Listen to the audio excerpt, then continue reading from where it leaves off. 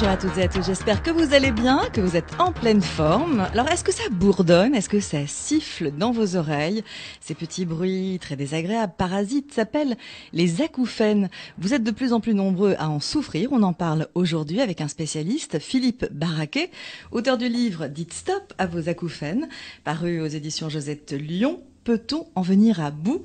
Quels sont les traitements possibles? Acupuncture, hypnose, magnétothérapie, toutes sortes de choses, même yoga de l'oreille, c'est ce que nous verrons dans un instant avec mon invité. Vous pouvez bien sûr nous appeler, nous faire part de vos témoignages en appelant dès maintenant au 01 42 17 10 11.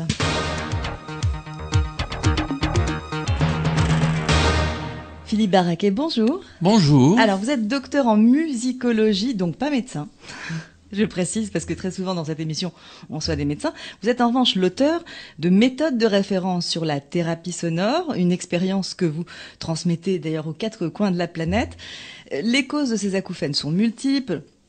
On va en parler dans un instant. Bien sûr, on parle de cette écoute de la musique très fort. C'est une de nouvelles façons d'écouter de la musique, notamment chez les publics jeunes. Il y a aussi des maladies qui peuvent donner des acouphènes, mais également des malocclusions dentaires. Bref, toutes sortes de choses dont on va parler avec vous. Votre livre, c'est « Dites stop à vos acouphènes », paru chez Josette Lyon. Quand on dit « Dites stop à vos acouphènes », ça veut dire que c'est possible ? C'est possible, en tout cas, c'est déjà une bonne décision de prendre ces acouphènes, j'allais dire en main, mais bien sûr que c'est presque un challenge de dire quand on a des acouphènes, voilà, on va essayer de les stopper. Mais ces acouphènes, c'est peut-être d'une certaine façon parfois une chance pour mieux se connaître, mieux écouter ces musiques du corps. Mais c'est vrai que la partie va être très sérieuse pour en venir à bout. Alors c'est joliment dit, musique du corps, mais parfois pour la personne qui en souffre, c'est pas du tout une musique, c'est plutôt un bruit strident, un bruit qui dérange, qui peut amener parfois les gens à une telle souffrance, même morale, peut amener vers parfois une certaine dépression, un isolement souvent. C'est ça en fait. Totalement. On estime qu'il y a en France plus de 2 millions de personnes qui ont des acouphènes et 300 000 pour qui les acouphènes sont insupportables, véritablement, et les empêchent d'avoir une vie sociale, de travailler. Est-ce pour autant un handicap? Bon, ça reste à déterminer, et surtout on a des difficultés à le déterminer parce qu'on n'a pas d'outils pour mesurer un son virtuel que seul le patient Alors c'est difficile entendre. À dire, c'est ce que je disais dans votre livre. Ouais. Vous parlez de ce fameux son virtuel. Ça doit être difficile à dire à un patient. On comprend bien, vous le dites dans votre livre, que même les ORL ont du mal à identifier ce bruit. Par conséquent, on le met dans une catégorie de bruit virtuel. Ça doit être assez difficile à entendre de la part d'un patient qui en souffre, lui, non pas de façon virtuelle, mais de façon bien réelle. Oui, d'autant plus que les ORL, longtemps, on considérait les acouphènes comme un problème, j'allais dire, de stress, des personnes hyper tendues. Et donc, il y a une incompréhension totale vis-à-vis du corps médical et aussi vis-à-vis de la famille. Parce que c'est très difficile de faire passer en famille l'idée que on a des bourdonnements d'oreilles, on ne supporte pas le bruit de la cuillère contre la tasse. Et donc, c'est vrai que c'est quelque chose qui va être très limitatif au niveau de la socialisation. Alors, on distingue deux sortes d'acouphènes. Alors, il y a une petite partie, c'est 5%, ce sont ce qu'on appelle des acouphènes objectifs. Ceux-là, on a quand même des solutions souvent plus intéressantes, parce que ce sont des acouphènes qui sont dus à des problèmes d'hypertension. Certains, dans ces acouphènes objectifs, on peut les entendre au stéthoscope parce qu'il y a une sorte de clic, parce qu'il y a un problème au niveau circulatoire, par exemple. Mais ça veut dire qu'en fait, à partir du moment où on va régler le problème de l'hypertension, ces acouphènes vont spontanément disparaître ? Alors, ces acouphènes, en tout cas, on va mieux les maîtriser. Ça peut être aussi des problèmes au niveau de la carotide, par exemple. Donc, tout ce qui est en fait les problèmes cardiovasculaires. Absolument. Alors, il existe aussi en phytothérapie une plante ginkgo biloba qui permet justement dans ce cas-là d'avoir une amélioration. Mais les 95% qui restent, c'est-à-dire l'essentiel, sont des acouphènes subjectifs ou neurosensoriels, et il n'y a que la personne qui souffre de ces acouphènes qui les entend. On a déjà quelqu'un en ligne, un sujet qui intéresse notre public. 01 42 17 10 11, bonjour. Allô, c'est à moi? Oui, tout à fait. On va vous demander d'éteindre le poste qui est près de vous, ça fera du bien à nos oreilles. Oui, excusez-moi, bonjour. Merci. Bonjour. Allez-y, on vous écoute. J'appelle parce que quand je suis couchée sur le côté ou sur le dos, je suis sur le divan couchée, je regarde la télé, j'entends comme le bruit d'une cocotte minute. Un sifflement, donc, en fait. La vapeur qui s'en va. Le sifflement, la cocotte minute. Oui, tout à fait. Alors bien sûr, moi je vais pas vous répondre, ce n'est pas une consultation médicale, je suis musicothérapeute, musicologue, mais il faut déjà, lorsqu'on a ce genre de difficulté, déjà consulter, et souvent consulter rapidement. Parce que c'est vrai que lorsqu'on commence à avoir des problèmes de sifflement, de bourdonnement, et que c'est intermittent, c'est là où il faut intervenir. Parce que si vous attendez que ces sifflements ou ces acouphènes s'installent durablement, là il sera beaucoup plus difficile de trouver des solutions. Alors bien évidemment, il peut y avoir de multiples raisons.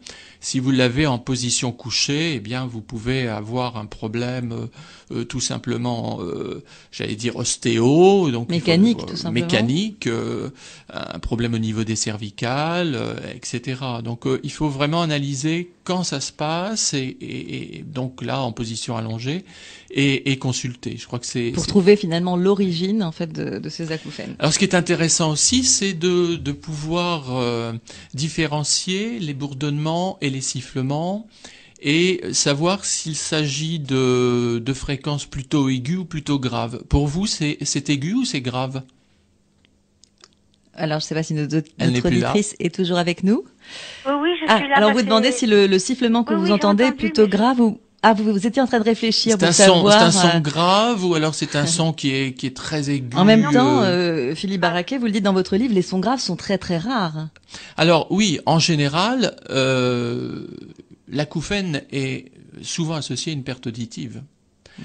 Donc c'est d'abord la perte des aigus. Hein. Donc perte des aigus dans la plupart des cas et 20 à 25% de perte de grave. Alors la nature est bien et mal faite, c'est que la nature a horreur du vide. Et lorsqu'il y a un vide, c'est-à-dire lorsqu'il y a quelques fréquences aiguës, par exemple, qu'on a perdues, eh bien la nature remplace ces fréquences aiguës par, très souvent, un acouphène. D'accord. Et donc, c'est pour ça que c'est intéressant de consulter rapidement pour faire le point.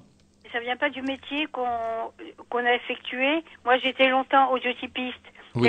Magnéto, vous savez, les écouteurs dans les oreilles. Bien sûr, oui. Ah bah, oui. Là, c'est effectivement. C'est effectivement raison. Ça peut venir de là. Bon. Là, je suis à la retraite maintenant. D'accord.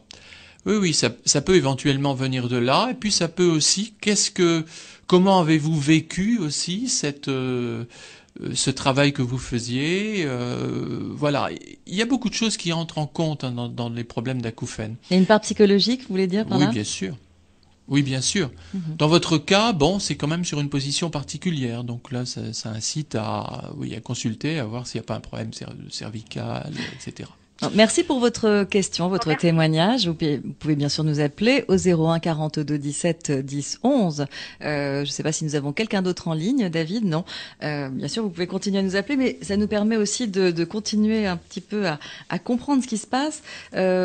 Ça touche en général des personnes âgées de la cinquantaine en moyenne. Ça commence à peu près à cet âge-là. C'est à peu près l'âge où l'audition va commencer un peu à baisser de la même manière que la vue diminue. Enfin, en tout cas, le problème de vision de plus en plus important pour la vision de près notamment. Pareil, pour les oreilles, on a cette fameuse presbyacousie. Tout à fait. Et c'est à ce moment-là que on va peut-être avoir de plus en plus ces petits acouphènes. Est-ce que c'est vraiment une cause réelle, cette presbyacousie pour ces acouphènes? Oui, pour beaucoup de cas, la presbyacousie est tout à fait le problème essentiel. Se greffe là-dessus tout un environnement. Donc, si on est en plus stressé, anxieux, hypertendu, c'est un facteur supplémentaire. En fait, sur ce signal, on pourrait dire que c'est un signal neuronal, c'est le cortex auditif qui, à un moment donné, va envoyer un signal parce qu'il y a un dysfonctionnement quelque part. On n'a pas encore bien déterminé ce dysfonctionnement. Eh bien, on y met aussi dedans son vécu. C'est la façon dont on a écouté, dont on sait écouter aussi. Vous le disiez à notre auditrice, vous lui conseillez en fait de consulter. À quel moment on consulte justement? À quel moment de fréquence? C'est-à-dire que est-ce que c'est une fois qu'on a ces acouphènes toutes les semaines, une fois par jour? Enfin, est-ce qu'il y a un moment précis où on doit s'alarmer par rapport à ça?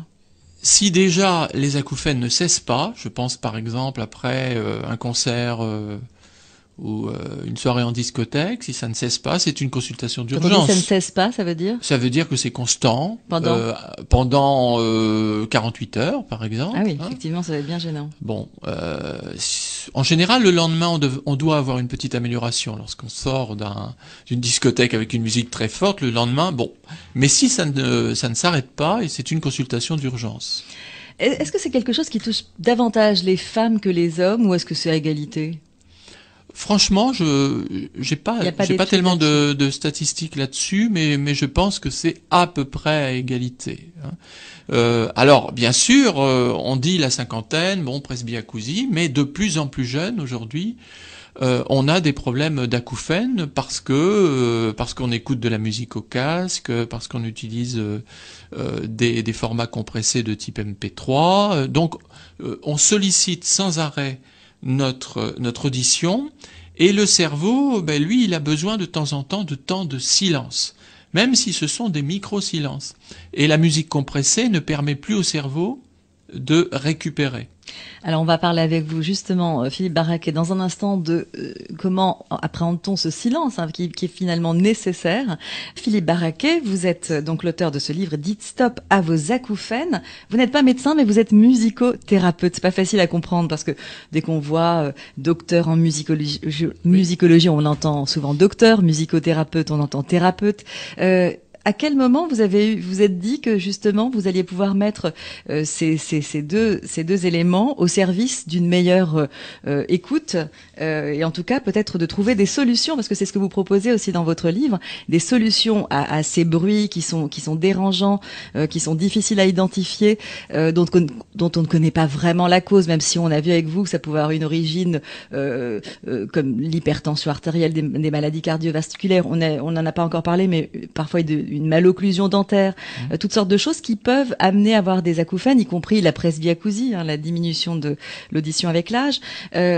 En fait, c'est vrai, comment on peut arriver à mettre en commun, finalement, votre façon, tout ce que vous avez appris en musicothérapie et peut-être la médecine du son réellement? Oui, bon, moi je suis d'une formation musicale classique, donc les acouphènes c'est quelque chose qu'on connaît dans la musique, qu'on connaît en tant que musicien. Donc le rapport aux acouphènes, on l'a très tôt, donc ça c'est déjà du vécu. Pour quelle raison?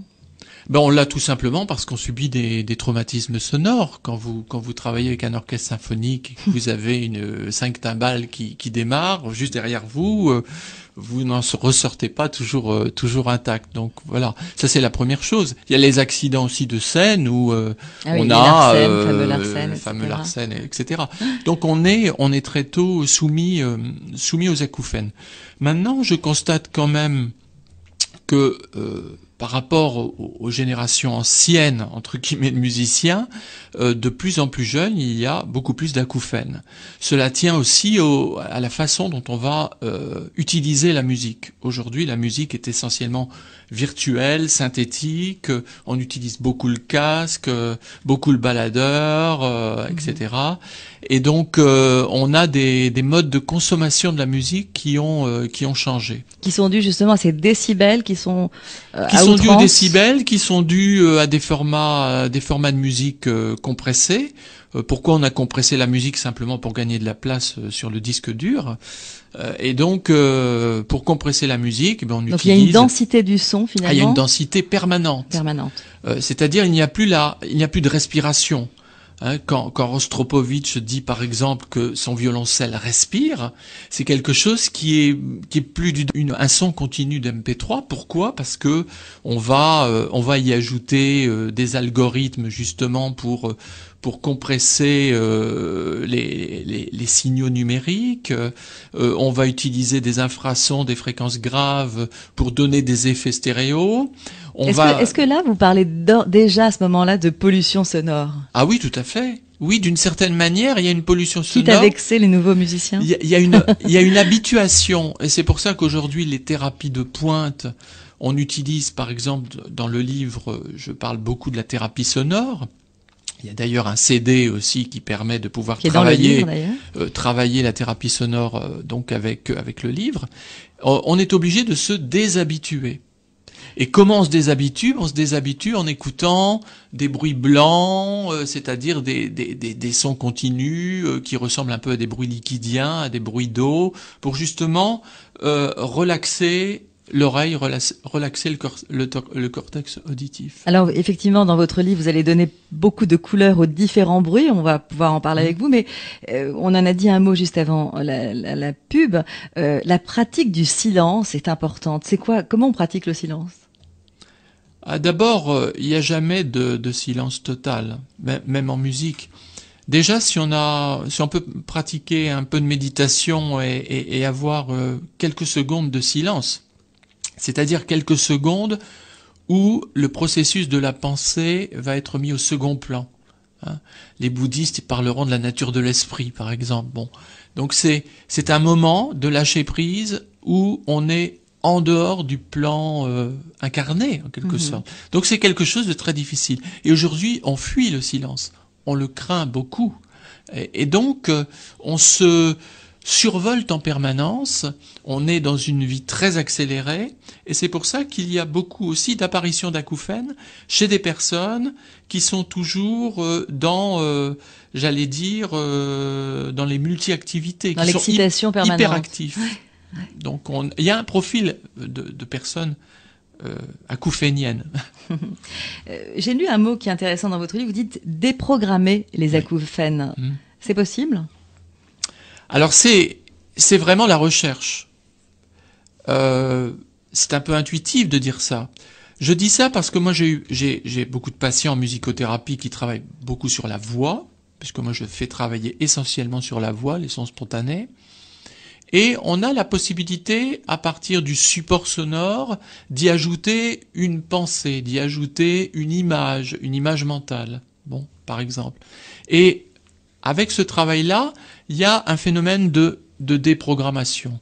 Alors ça paraît peut-être un peu particulier ce que je dis là, mais dans la recherche génétique, on s'aperçoit par exemple que il y a une centaine de gènes qui s'occupe justement de notre oreille, et on pense aussi que il y a pour chaque gène une protéine particulière, et que dans certains cas de figure, dans certaines formes de stress, eh bien ces protéines vont se modifier par exemple. Donc on voit on peut agir sur le cerveau et donc agir sur notre cortex auditif. Et ce qu'on appelle la TRT aux États-Unis, c'est-à-dire une forme d'habituation acoustique, c'est replacer justement le patient pendant quelques heures dans un son qui est un son blanc en quelque sorte.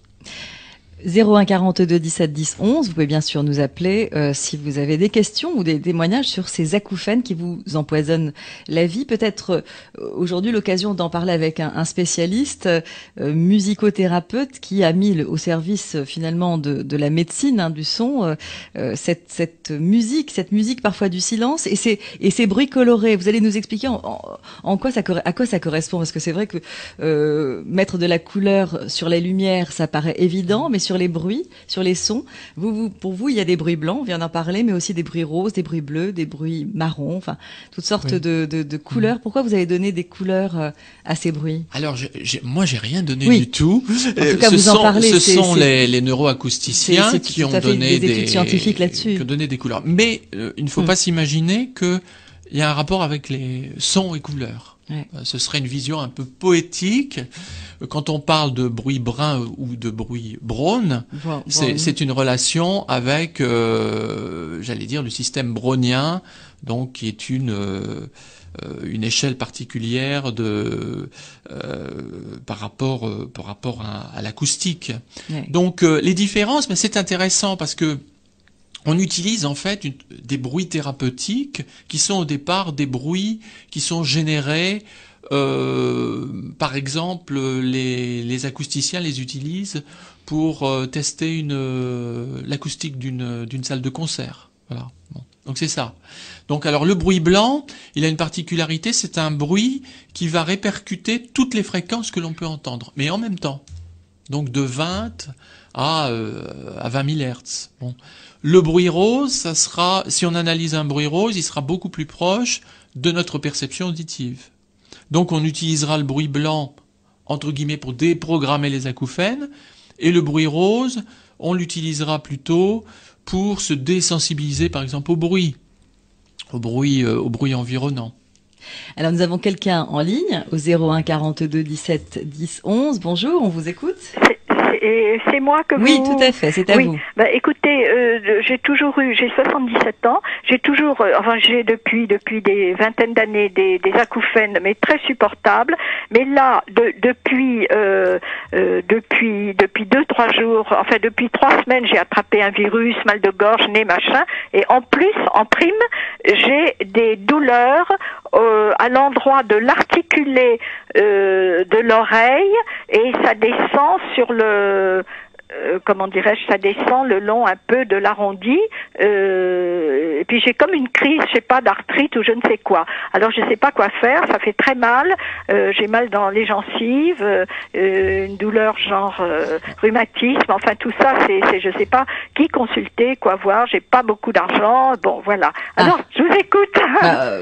Oui, encore une fois, je ne donnerai pas une consultation. Non, je vous enverrai plutôt vers un ORL, mais souvent, déjà, il y a une chose qui est intéressante, certains médicaments provoquent aussi des poussées d'acouphènes. Oui, mais moi je on connaît la quinine, l'aspirine, la quinine. Il y a à peu près une centaine de médicaments autotoxiques. Mais moi je ne prends que de l'homéopathie, mais je prends depuis, c'est vrai, quelques jours un petit peu de Céphile. Mais le Céphile, c'est souvent aussi dans les infections ORL, il peut y avoir aussi un problème, j'allais dire passager d'acouphènes, mais encore une fois, si ça se prolonge, il faut absolument consulter. Alors c'est intéressant de voir que ces acouphènes, en effet, il peut y avoir aussi au niveau mandibulaire, au niveau des articulations. La zone de l'oreille, c'est une zone qui est très dense au niveau, nerveux, musculaire. Oui. C'est pour cela que quand des personnes, par exemple, ont des acouphènes de façon assez prolongée, on peut aussi utiliser, par exemple, des points d'acupuncture, points d'acupuncture qui sont autour de l'oreille. Il y a 2 méridiens particuliers, c'est vésicule biliaire et 3 réchauffeurs. Voilà, la vésicule biliaire ne marche pas du tout chez moi. Voilà. Donc là aussi, alors. Ce sont des points d'acupuncture au niveau de l'oreille. Ce sont des points d'acupuncture au niveau de l'oreille, mais pas seulement, sur le méridien, mais essentiellement au niveau de l'oreille ou au niveau des articulations. Donc, effectivement, la première chose à faire, c'est peut-être de consulter un ORL, parce qu'en plus on n'a pas de rendez-vous, c'est loin, c'est long. Vous nous appelez d'où, chère madame? À Paris, dans le 16e. Pourtant, à Paris, dans le 16e, je pense. Oui, mais c'est long pour avoir un rendez-vous. Oui, mais ce que je voulais savoir auprès de cette personne-là... de monsieur Philippe Barraquet. Comment? Philippe Barraquet. Oui, il est médecin. Non. Alors non, il est musicothérapeute. Ah oui, d'accord. Oui, je vois par la musique, oui. Voilà, oui. Relaxation. Mais est-ce que vous pensez, monsieur, parce que je souffre, que c'est une crise d'avoir tout à coup mal à l'articulé de l'oreille et puis dans les gencives et tout, une crise dite d'arthrite? Je ne peux pas me prononcer à distance là-dessus, mais en général, lorsqu'on a une affection ORL, on a très souvent des phénomènes d'oreilles bouchées, qui sont liés les uns aux autres, qui sont liés les uns aux autres, liés à la trompe de stage, etc. Donc il faut il faut refaire le point par rapport à tout ça. Et puis, si ça se prolonge aussi, pouvoir peut-être le avant d'aller consulter. voir un ORL, vous pouvez aller voir aussi votre médecin généraliste tout simplement, parce qu'il Oui, sera bah, même lui, de pas vous sa tasse de thé, répondre. il va me coller 12 médicaments. Bon, écoutez, je connais pas votre médecin. Oui, d'accord. 12 On médicaments. lui fait un petit salut. Hein. Voilà. En tout cas, plein de bonnes choses pour vous. Hein. Bon courage. Soignez-vous bien. Bon courage. Mais monsieur, il faudrait aller voir un monsieur genre Tomatis, des gens comme ça, c'est ça dont vous parlez? Monsieur Tomatis, oui, malheureux. J'ai bien connu Alfred Tomatis, Oui, qui était nous un très aussi. bon. Voilà, oui, tout à fait. Oui, oui. Que je le connaissais personnellement. Mais non, il faut déjà tester vos oreilles, voir un petit peu au niveau de l'audition, si vous avez des déperditions sur les Ah ben graves ça ou les oui, aigus, ça etc. j'entends très mal. Mais... Voilà. Hein, donc ça, c'est important de le faire. Ah, bon. Merci en tout cas Bon, pour merci. votre Merci. témoignage et Merci vos beaucoup. questions. Nous avons quelqu'un d'autre au 01 Merci 40. beaucoup. Merci madame. Au 01 42 17 10 11. Bonjour. Oui, Allez-y, Allô on vous écoute. oui, bonjour monsieur. Bonjour. Voilà, j'ai ma femme qui a des acouphènes invalidants depuis 6 mois. Donc je suis un peu désabusé parce qu'on a été voir des grands ORL. Alors ça s'est passé au début, il y a eu une infection. Il y a eu un choc acoustique, on a été dans une soirée. Ma femme avait déjà une infection à l'oreille. Mhm. Elle a été voir un ORL qui l'a pas du tout soigné, puis un autre ORL qui n'a pas trouvé de solution. Et là, ça fait 6 mois et voilà, on a été voir des ostéopathes. Elle a fait les soins pour au niveau de la mâchoire. Des Elle a gouttières parlé notamment. d'occlusion. D'accord. Oui. Voilà, Mhm. donc elle a aujourd'hui pris une gouttière, ouais. Voilà, et elle est toujours très mal. Donc elle est sous antidépresseur aujourd'hui. Mhm. Et voilà, Effectivement, donc, et c'est pour nous, c'est pas vraiment une solution parce que je pense. Enfin, qu'est-ce que vous en pensez, vous voilà, je sais pas vers quoi se tourner. Alors effectivement, là, Pour vous essayer de- montrez en tout cas ce à quoi peuvent Oui. mener les Mhm. acouphènes lorsque c'est vraiment de façon exaspérée, on va dire, exacerbée, pardon. Et justement, là, aller jusqu'à la dépression, c'est-à-dire vraiment s'isoler complètement, être très mal, quoi, ou être plus mal. C'est Parce qu'on Tout à trouve fait, pas, tout à on fait, trouve ni la cause ni le Avec traitement avec des finalement. problèmes de concentration, Ouais. des problèmes de concentration aussi. bien sûr. Peut pas regarder la télé, pas lire. C'est pour ça qu'il faut vraiment partir sur d'autres techniques. Moi, je veux bien que les ORL aient une position bien particulière sur les acouphènes, mais à partir du moment où ils ne vous apportent pas une solution, c'est à nous, c'est à vous de pouvoir trouver d'autres thérapies. Alors je ne dis pas que ça va être des thérapies qui vont du jour au lendemain vous guérir, supprimer complètement la cause de ces acouphènes. Il y a Mais je notamment, pense qu'on comme peut vous avoir disiez, des Philippe améliorations. Baraquet, dans les propositions que Oui. vous faites dans votre livre, il y a tout ce qui est acupuncture, on en a parlé, mais aromathérapie, magnétothérapie, méditation, hypnose aussi. Oui. En fait, ce sont des thérapies alternatives qui permettent lorsque on n'a pas trouvé de solution à travers les médicaments, peut-être d'essayer. En tout cas, ça peut pas faire de mal, quoi. Oui, D'accord. c'est Bah, ce on qu'on va dit, essayer c'est ce qu'on dit l'hypnose, beaucoup, justement. ça peut pas faire de On mal. n'a pas encore essayé, on va essayer. Oui, mais c'est comme Si l'effet ça peut faire du placebo. L'effet placebo, il y a Si ça déjà peut un faire du bien, effet, c'est c'est encore déjà mieux. bien. Mais Alors, je qu'est-ce pense qu'on qu'il peut faut de la conseiller patience déjà. à cette personne. Malheureusement, il faut de la patience. Par exemple, si vous utilisez la thérapie sonore, il va falloir tous les jours, pendant 1 heure, par exemple, écouter le même pendant 1 heure un bruit blanc, par exemple. Bah, écoutez, là, voilà. elle écoute elle le met, on met un bruit toute la nuit, par exemple. Oui. Enfin, je sais que elle est tout le temps avec le bruit. On a acheté un appareil qui permet de passer du bruit. Alors c'est pas un bruit blanc, c'est un bruit de pluie, mais c'est Voilà. un peu le même genre. Mais c'est Un intéressant. bruit neutre, en fait. C'est intéressant aussi de pouvoir aller plus loin et d'utiliser, par exemple, sur le CD du livre, on a une plage où on a des rythmes cérébraux, c'est-à-dire des rythmes alpha, theta, qui sont des bruits qui permettent un état modifié de conscience. C'est-à-dire, par exemple, les ondes alpha permettent un état de relaxation. C'est intéressant de pouvoir les utiliser. Mais curieusement, au niveau des acouphènes, c'est bien aussi de pouvoir écouter ce bruit blanc au casque Alors, je sais que ça peut être paradoxal, mais utilisez un très bon casque, commencez à écouter pendant 5 à 10 minutes ces bruits et augmentez progressivement la durée de manière à avoir un processus d'habituation sonore. En fait, au niveau du cortex, qu'est-ce qui se passe?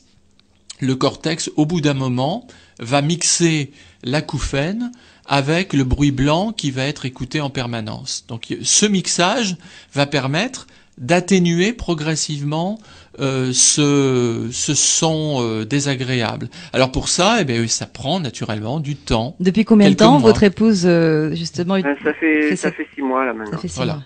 Donc il faut refaire le point, il faut peut-être si peut-être vous avez passé un audioscan, etc. Oui, tout ça, oui, on a tout fait. Il n'y a pas de déperdition, de tout ce que vous surdité. voulez, Oui. On a fait le jeu, on a balayé tous les spécialistes. Oui. Il reste plus que l'IRM des cervicales qu'on a pas fait, c'est tout. Voilà. Alors beaucoup. Voilà. Et puis on va voir le centre Hypnosis. Vous en pensez du bien?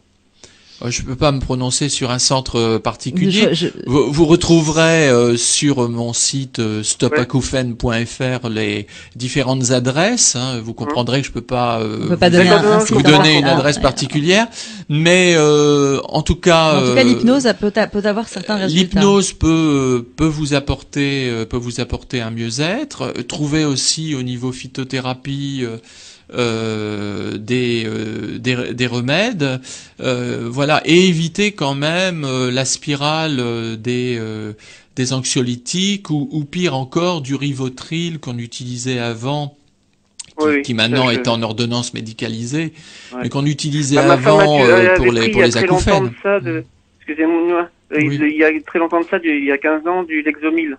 Oui, Aussi voilà. pour, Donc, parce que parce que aux acouphènes, vont s'ajouter en plus un problème addictif. Donc, Alors là, bon, on est il en faut train être de donner vigilant. une série de noms de médicaments. C'est vrai que on peut dire en gros Oui. des antidépresseurs pour le terme générique en fait. C'est vrai ils peuvent également jouer un rôle, mais en même temps, c'est une spirale infernale. Et c'est une spirale infernale parce que au départ, on cite le Rivotril, mais bon, c'est un secret pour personne, c'est un antiépileptique. Ça n'a jamais été au départ fait pour être utilisé au niveau des acouphènes. Et en plus, c'est quand même quelque chose qui, au bout d'un moment, va apporter sans doute un meilleur confort, mais aussi, je ne dis pas qu'on va être un peu abruti, mais quand même, au bout d'un certain temps, il y a un phénomène addictif qui est important. Donc, je pense qu'il faut essayer de trouver d'autres solutions. Ce sont des petits plus ajoutés les uns aux autres qui vont faire qu'il va y avoir un mieux-être et qu'on va mieux vivre ces acouphènes. Parce que majoritairement, les personnes qui ont des acouphènes les vivent bien. Mais il faut repartir à la source de ces acouphènes et puis faire le point. À tout point de vue. D'accord, je sais bien compris. Merci en tout Ok. cas pour votre Écoutez, témoignage, merci. bon courage et puis Merci. continuez effectivement un peu ce parcours du combattant contre les acouphènes, mais il y aura peut-être au final une solution. En tout cas, c'est ce que Un je vous mieux-être. souhaite, un mieux-être. Merci Merci. pour votre témoignage. 01 42 17 10 11. Il reste peut-être 1 à 2 minutes, mais je crois qu'on va s'orienter vers la conclusion de cette émission. Philippe Barraquet, je rappelle à nos auditeurs que vous êtes docteur en musicologie, non pas médecin, auteur d'ouvrages de méthodes de référence sur la thérapie sonore. Elles sont enseignées, ces méthodes, justement, quelque part?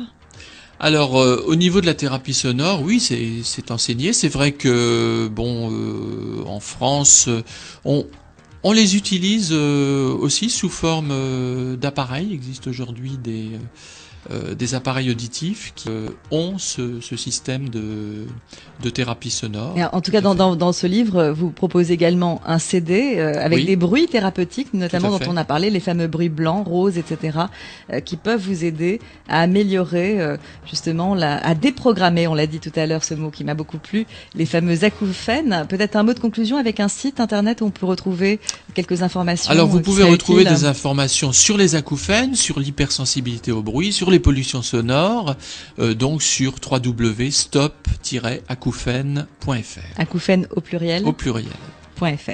Merci infiniment Philippe Baraquet. Merci Je à vous. rappelle votre livre Dites stop à vos acouphènes, paru chez Josette Lyon. Je vous souhaite une très bonne santé, une très bonne semaine et je vous retrouve lundi prochain pour Objectif Santé.